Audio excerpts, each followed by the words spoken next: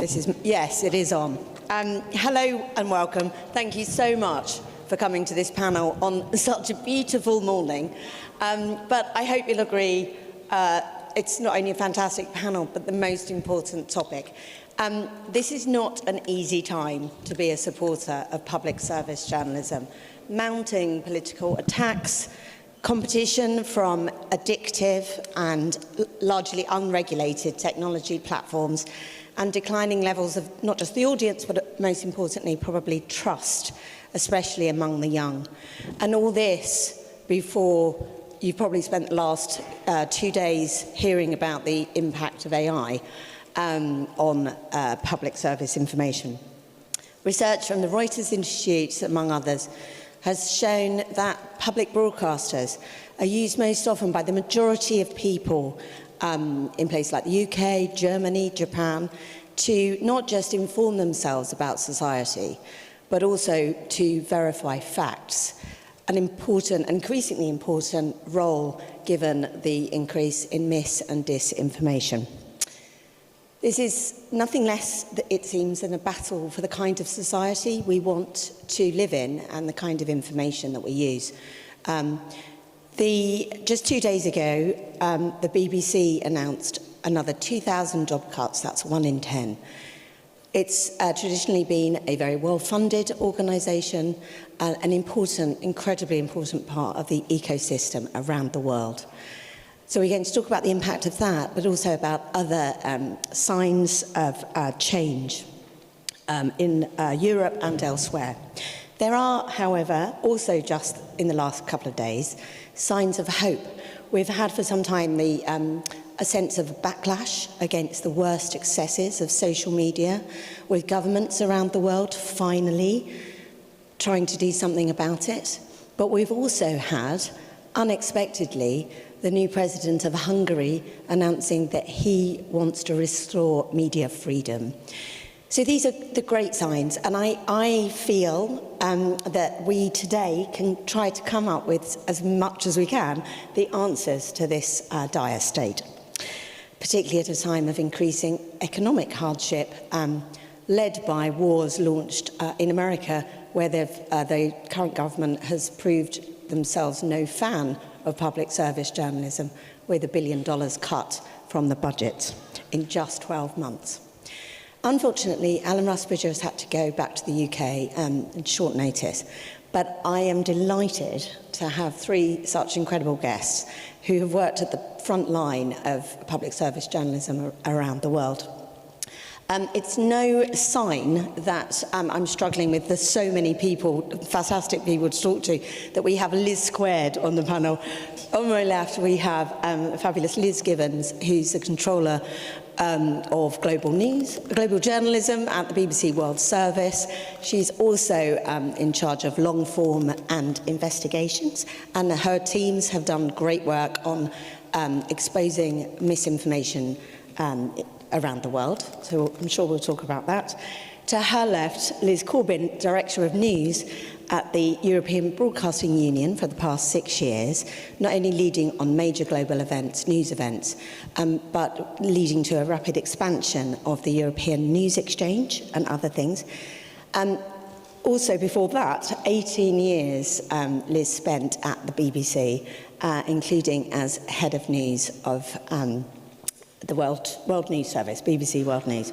And last but not least, doing our bit of a diversity on this panel, we have Branko Brkic, the founder of Project Kontinuum, an exciting new global initiative designed to really improve not only journalism, but also media impartiality and sustainability around the world. Before that, as many of you know, and he needs no introduction, he was the founder and editor-in-chief of Daily Maverick. And we're going to talk about some really exciting plans that actually have been put forward in South Africa with some actual concrete proposals.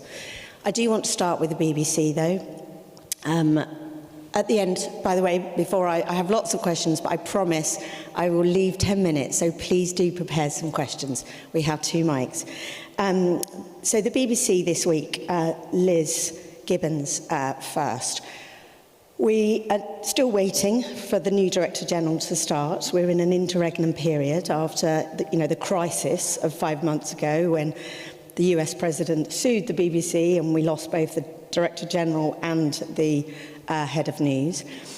In the interregnum this week, the Acting Director General declined to rule any part of the BBC out, including the World Service, which is currently going through a sort of negotiation about funding from the government. How with these cuts, these 2,000 jobs, how do you think it's going to affect your department and its ability to do the job? Well, hi, and thank you for the question, and it's lovely to see so many people here. I mean, obviously, you don't work at the BBC to expect a quiet life, really. This is kind of the way of the world at the moment. And obviously, the announcement around the requirement for around 10% of the workforce over the next year and a bit, it's concerning, but it's not exactly out of kilter with what other public service media organisations and public service organisations generally are dealing with at the moment. The economic situation that we face globally is putting a lot of media organisations and public service media under a lot of pressure. We've got additional complexities around the licence fee in the UK, which is the subscription that basically anyone that consumes BBC services in the UK pays. Recent figures suggest that although around 95% of adults are consuming BBC services every month, the number of people who are actually paying the licence fee has gone down to 80%. So you can see immediately what the kind of funding challenge is there. And the BBC has a role to play which is complex because we are a universal service, therefore we have to provide universality of content, and we also have to ensure that we are growing in the digital space, which is obviously the place where audiences are growing, but we also need to ensure that we're not losing audiences in the more traditional owned and operated spaces that we've operated for many years. So that's the sort of challenge. I mean, obviously internationally, I would like to talk about that because that's another challenge that the World Service specifically has. We're very grateful that the World Service got an increased amount of funding in the last year that we had asked for. So the BBC World Service was historically fully paid for by government until around 2014. And then that arrangement changed to become fully licence fee funded, and now we're in a situation where we're partially funded by the licence fee and partially funded by government. And the BBC has made the argument that from the next charter renewal period that we should be that the World Service should be fully funded by government going forward. And I think the arguments for that are compelling, really. I mean, we're the most trusted international broadcaster. We operate in 42 languages around the world. Most trusted, Liz, in every area that the BBC World Service, yes. Including yes. America. Yes, exactly. We operate in 42 languages, and that not only is there evidence that we are the most trusted broadcaster, but also that audiences who consume the BBC are more likely to engage in democratic processes, in elections and so on. And crucially, we also operate in countries of incredibly low media freedom. So 75% of our audience for the BBC World Service is in countries with little or no media freedom. So that's what we are doing. That's why we are required more than ever. And on a positive note, I would say, despite all the challenges that we're facing, both in terms of the media landscape, we have the last few weeks, with everything that's going on in the world, our audiences have been at record highs, particularly on our digital services, because we know that audiences turn to us to make sense of the world. Thanks, Liz. Liz, from your perspective, 6 years, the other Liz. We used to get each other's emails, by the way. Away from BBC News. How important is the European perspective and the need for collaboration? I mean, we've all talked on this panel about, how sort of nationalistic a lot of these services are, even with the World Service now trying to be funded by the British government. How important do you think, sort of looking forward, what can be done to help not just, obviously, the BBC, but other parts of Europe? We've had so much happening in all parts, not only Hungary, but Slovakia, Lithuania. Tell us about sort of what can be done to collaborate more to help. Yeah, I think this is a really important topic, and when we're talking about how to save public service journalism, I think there are two really key strands here. One is really on the strategic side in terms of the situation that our members, our broadcasters, the public broadcasters across Europe find themselves in, and they all find themselves in very similar situations to the situation Liz has just described. Under funding pressure, pressure on their independence, pressure from audiences, pressure from technological innovation, and the need to keep up with it. And then on the other side, discovering that in this whole new world of AI and major technical platforms and the ability to create content by anybody, that they also are very tiny players. So they might be the biggest and most trusted and have the biggest audiences in their country, but globally or more widely, they are not big players, they are tiny. Even the BBC is tiny in comparison to the big tech giants and the competitive environment they're now finding themselves in. So yes, in terms of journalism, in terms of media as a whole, collaboration is going to be absolutely critical. And in news, I think we really need to take some very important steps towards collaborating more. So across borders, particularly public service media, they've been collaborating through the EBU for 70 years. They've been exchanging news content with each other for more than 60 years.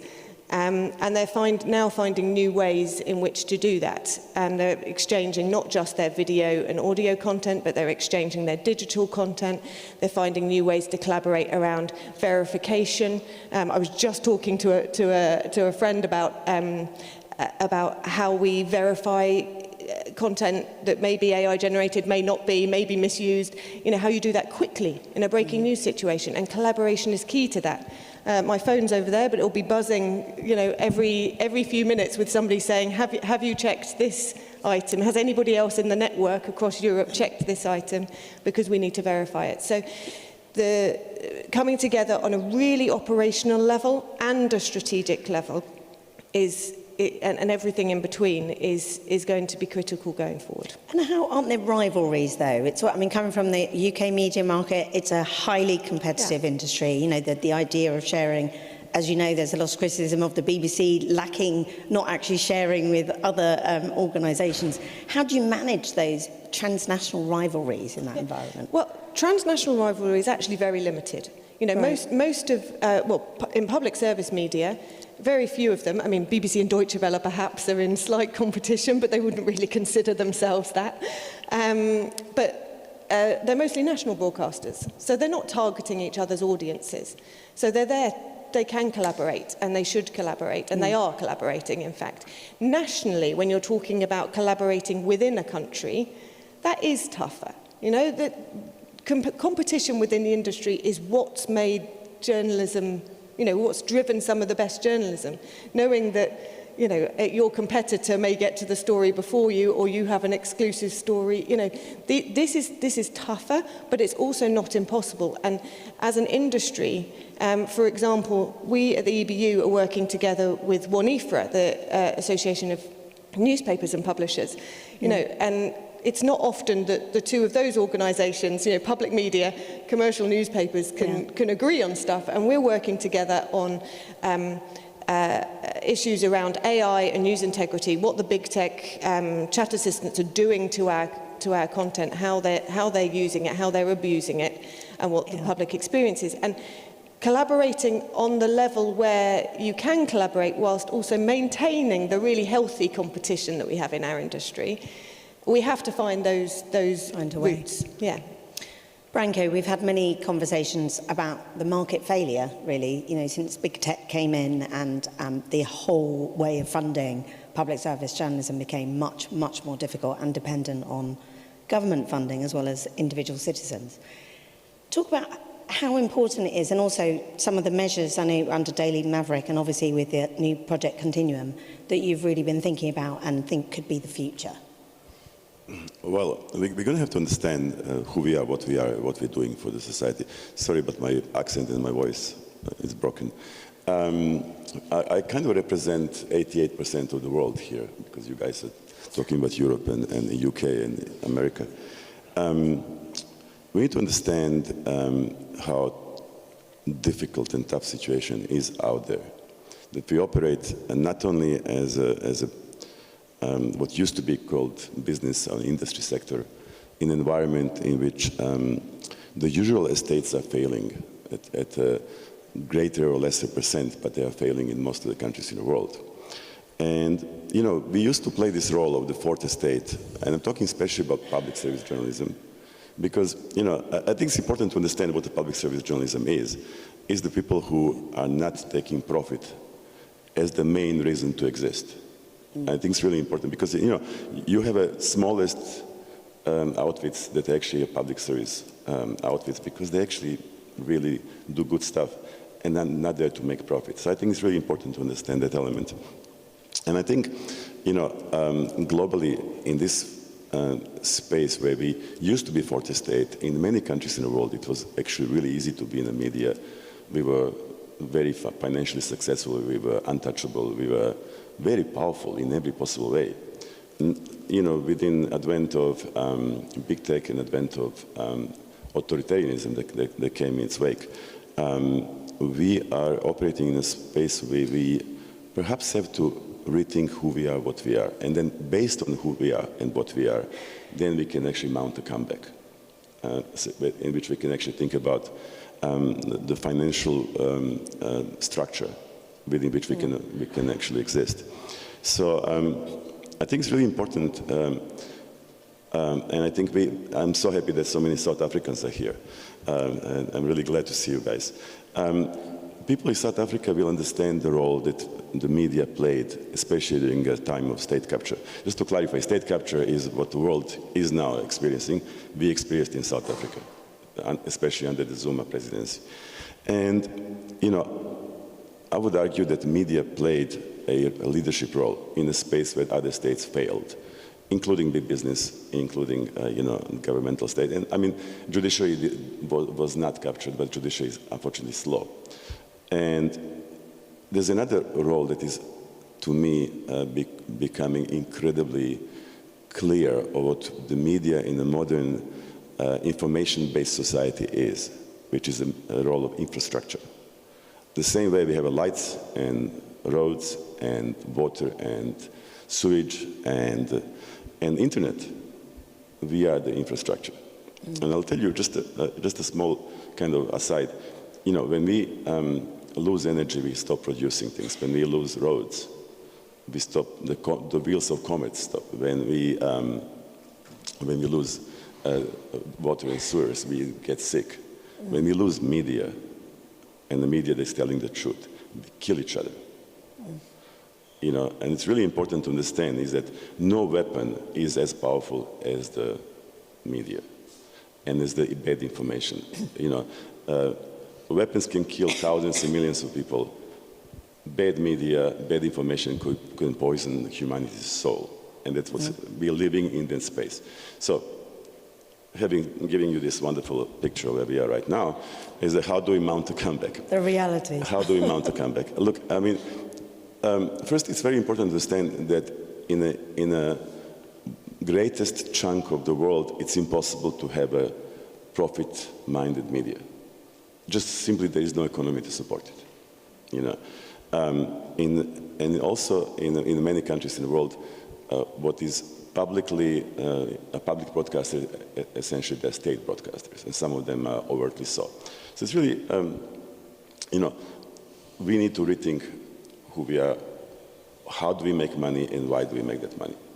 And, you know, we need to make this grand bargain with our societies. And Maria was talking about, you know, governments in Western Europe are supposed to start supporting the media. And they ask, well, which media? And that's what we in South Africa, and I'm so happy that Yitzhak Minar is here from SABC in South Africa. We worked together with him and a couple other people for many, many years on presenting, creating a set of proposals that should turn into law, that actually cement the role of the media and the financing of the media that has a public service in mind. And how is that going? Because they were pulled together last summer, weren't they? These are proposals, like 17 proposals, short, mid, long term. Yes. Really far-reaching, things like an exchange, a fund for journalism, tax changes. I think it's important to understand is that if you organize in such a way that it's not important which government is in power, then you can actually come up with some lasting structure. And it's important to understand this is not ideological. This is not about left wing getting money and right wing not getting money. It's about people who satisfy certain criteria, as in accepting shared reality. You know, they should qualify to be part of the system. And it's actually a couple of really common sense things. You know, we talk about you either can be for profit or non-profit. There are actually a lot of things we can do in between. Okay, so we can work with the governments on easing tax burden on people who invest into media.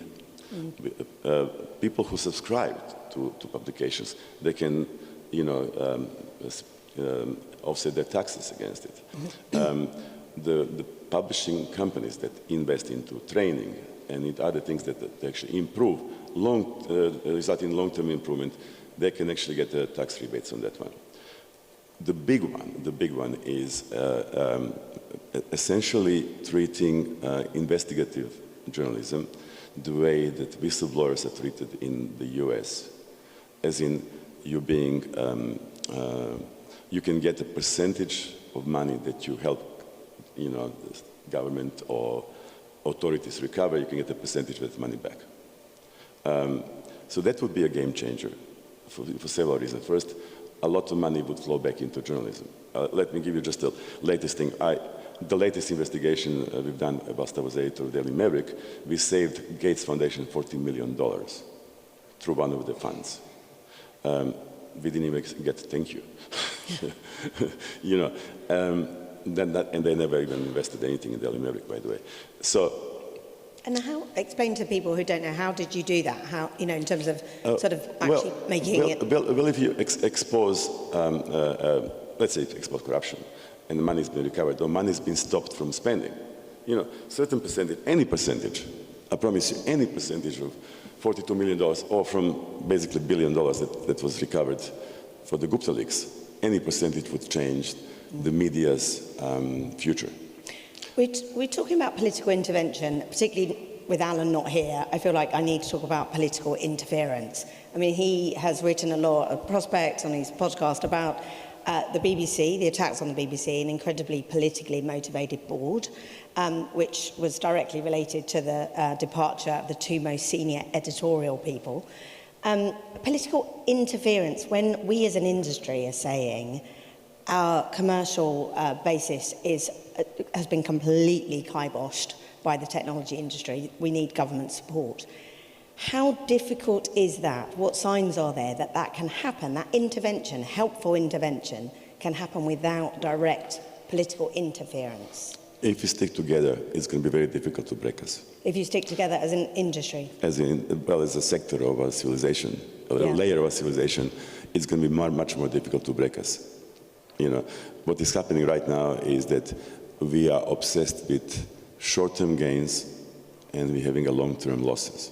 Yeah. You know, sometimes is literally, for politicians that means winning the next news cycle. For us, the publishers, means paying the next set of salaries.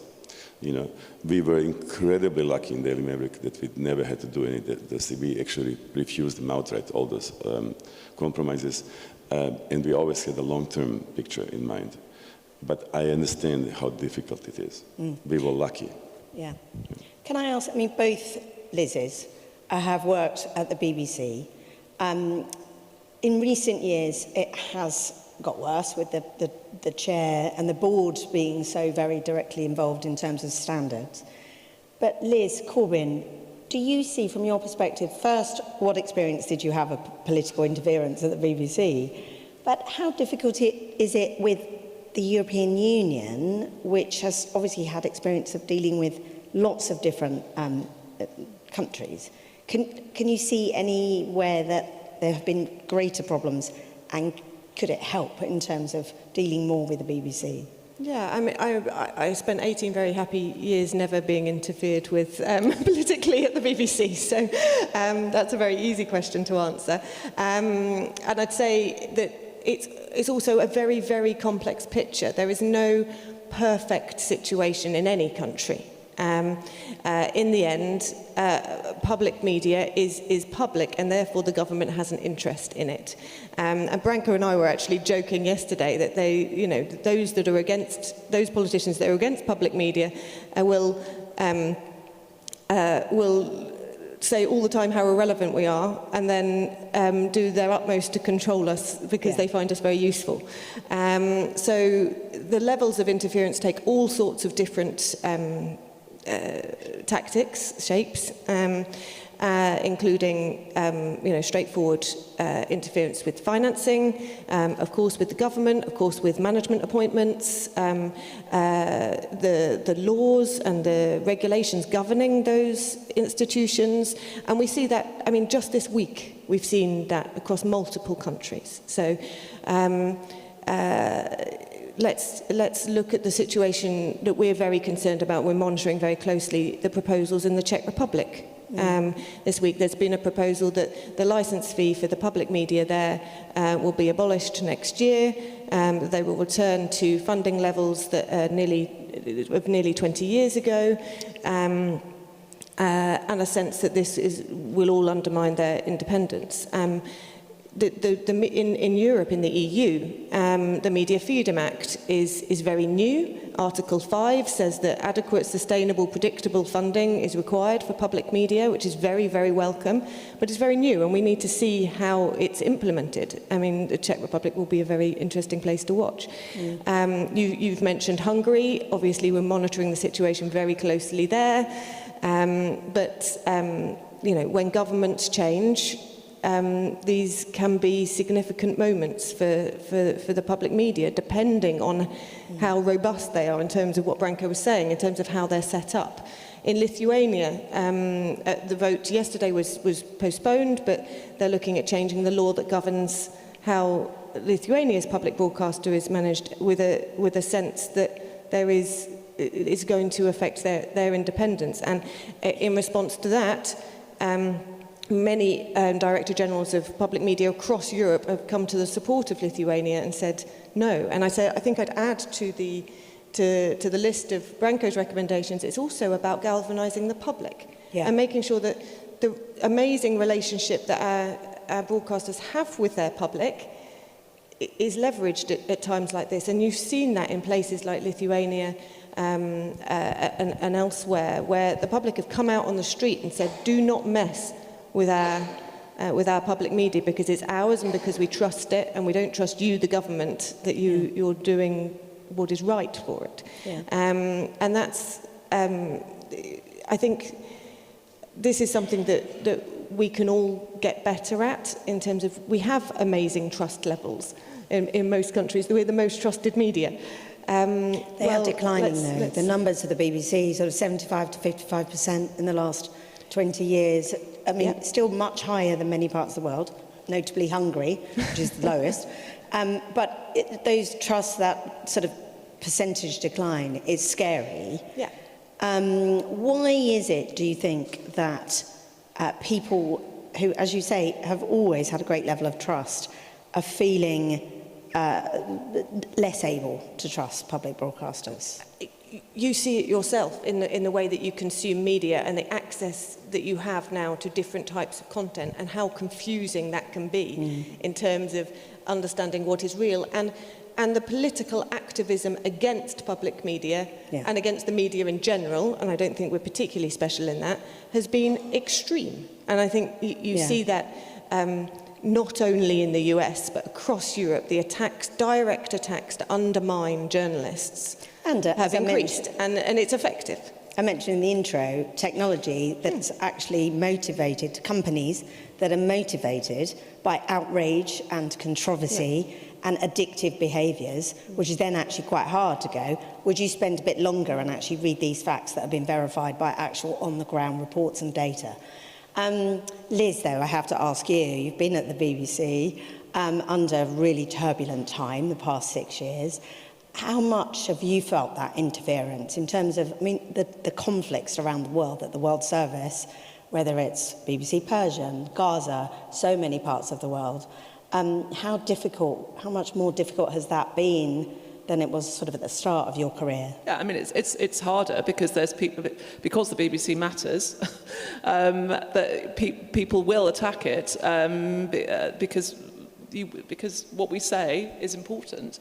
I mean, it's within the BBC domestically, like Liz, I've never felt that pressure, and you know, the BBC News is full of thousands of journalists who wouldn't stay for a day if they felt that level of political pressure. So I think it's incredibly important that we are well regulated and that we are seen to be accountable, because we are accountable to the people that pay for us, which is the British public. And is it annoying to you that you see other public service broadcasters in the UK, other parts of the world, but I'm thinking of GB News, for example, which isn't perhaps regulated in the same way or held to the same standard?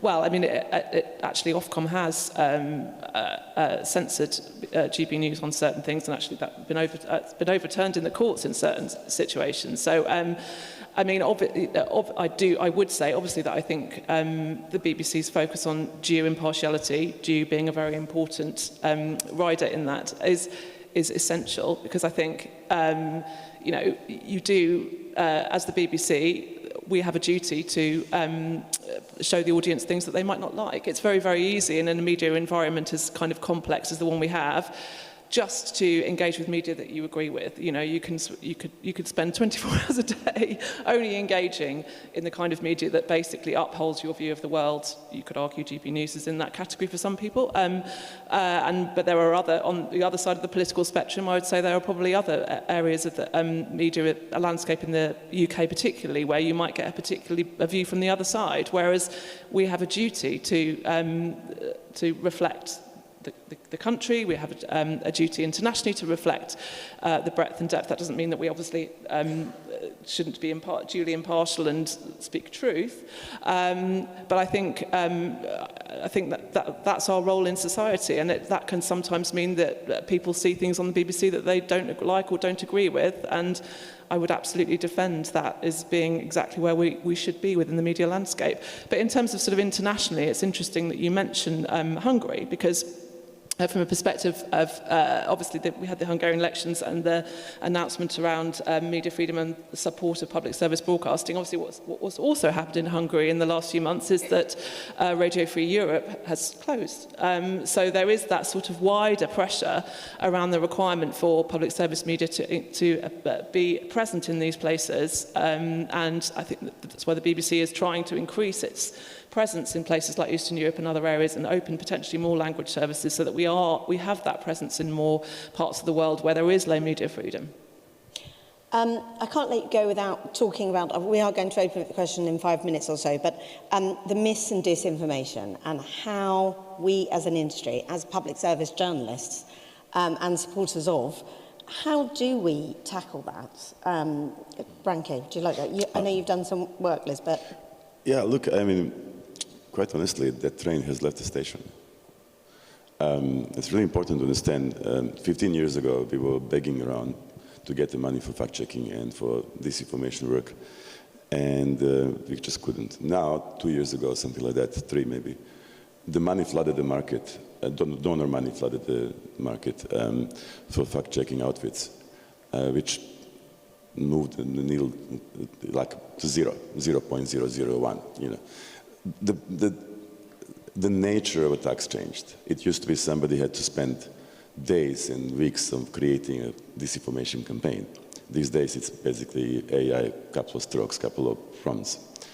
And, you know, we perhaps going to have to, you know, invest money into AI, fighting the AI-generated disinformation.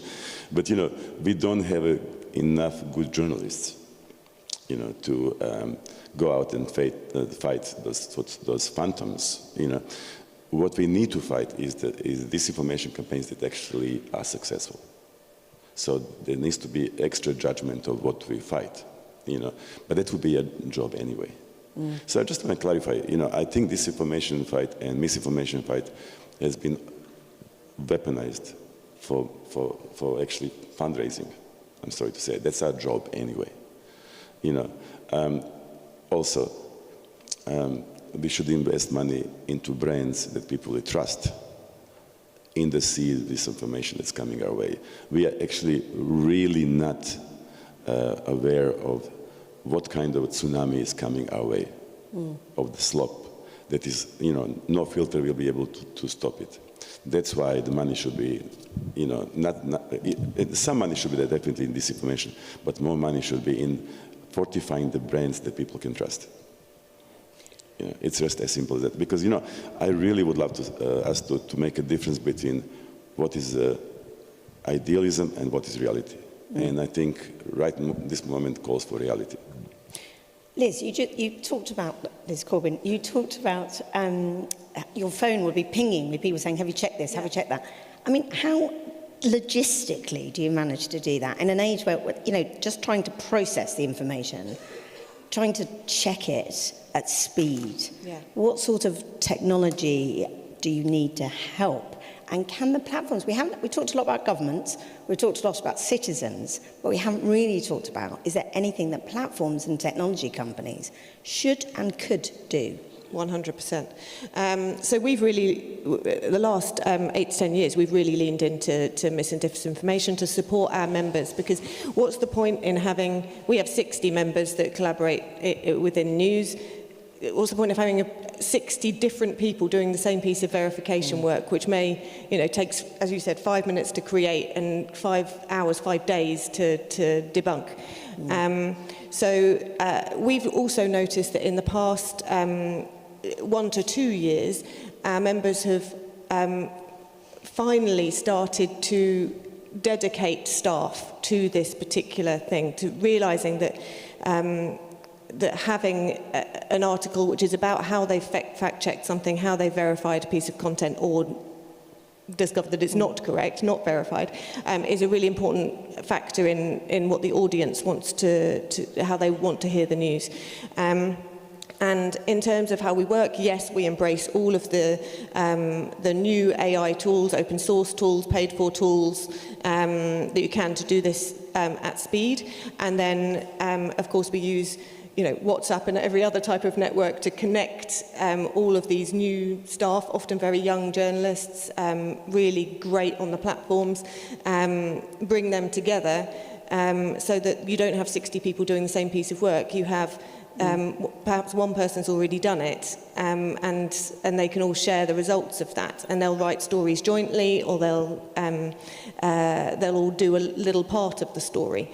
And on big things like Iran and others where, I'd say most of our members probably don't have a Persian speaker. That is quite difficult. So if, some of us have got Persian speakers, we do.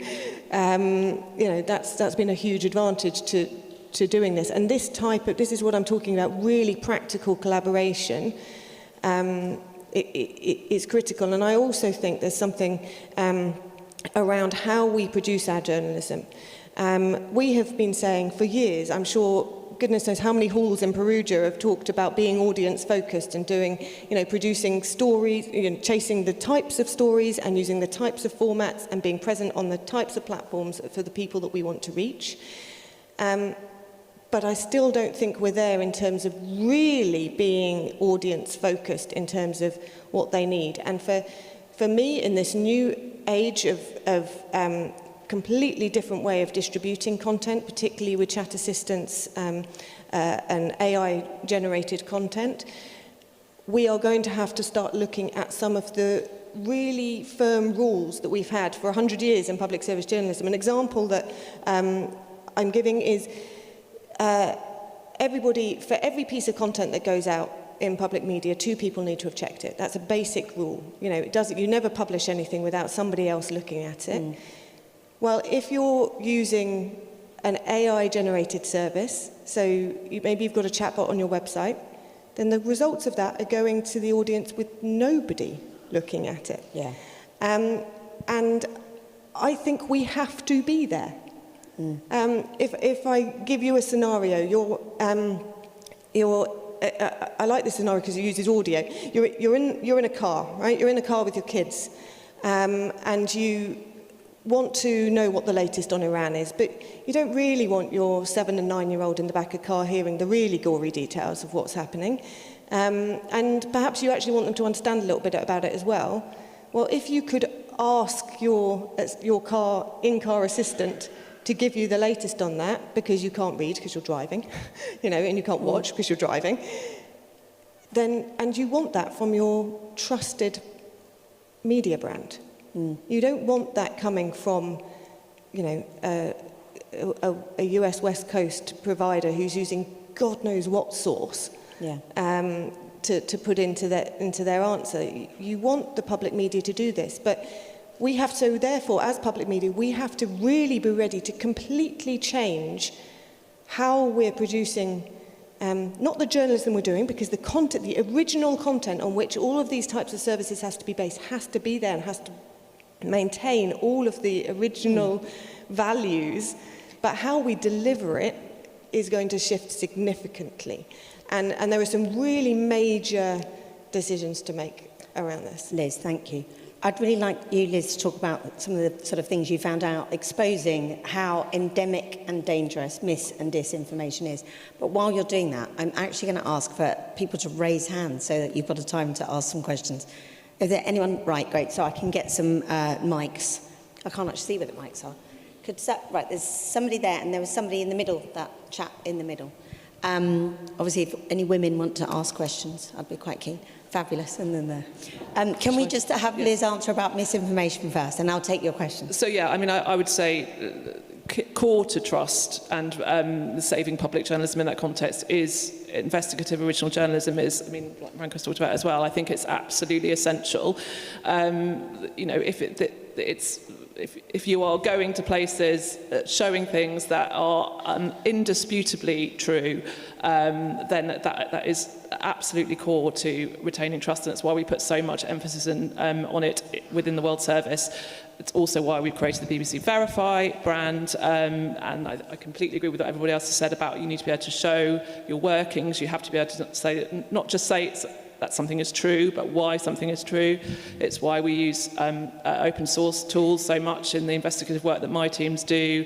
We are absolutely 100% clear about showing the narrative and showing not only the images, but how we know them to be true. I think it's absolutely essential. In terms of disinformation, misinformation narratives, I've got a whole team dedicated to looking at the sort of, not just the fact-checking element of disinformation, but what's behind disinformation campaigns, who is likely to gain from them. We went undercover in Moldova to expose what was happening in the elections there. We did a similar thing in Africa, where Russia Today, RT, were creating a journalism sort of narrative school around journalism training. We went undercover in there to expose the kind of narratives that they were teaching would-be student journalists there. I think it's a really essential part of what we're doing. It's not just about exposing disinformation, but why the disinformation exists and who stands to gain from it. Thank you, Liz. Thank you, waiting patiently for your question. I think you've now this question, and also, do you have your mic? We could do two at the same time. Can somebody get the mic to the chap in the grey, and then there's a lady there. Sorry, if you go first. Thank you, Jane. You interviewed me once about gender inequality in Davos. I'm very happy to see more women than men on this panel. But I've been trying for a long time to make sure that I'm the father of two girls. But, when people talk about public service media, unfortunately, it doesn't have the same meaning in all countries.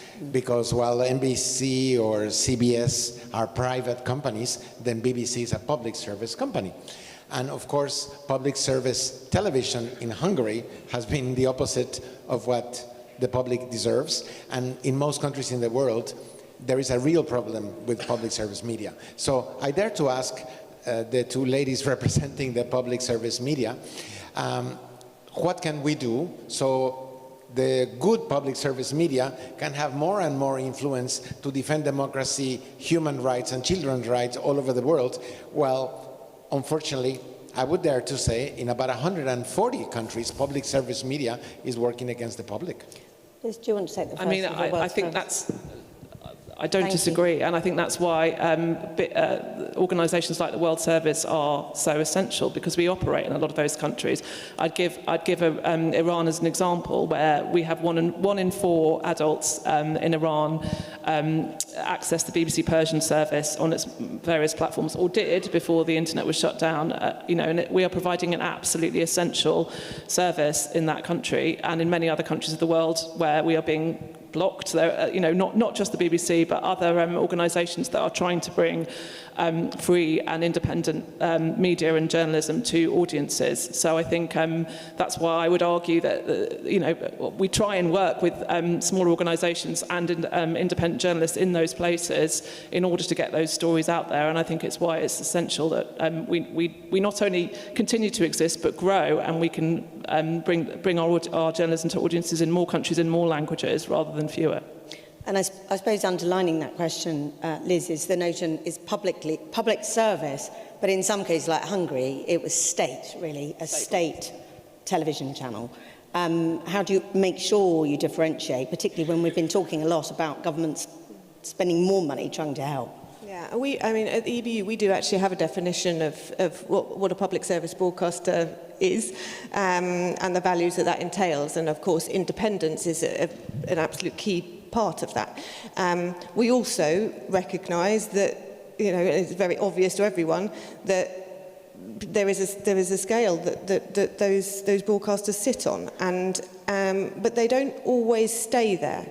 And I think that's really important to recognise as well. It's important to continue to support those journalists working inside those organisations who may be really struggling and pushing against management or governance issues, and we do that regularly.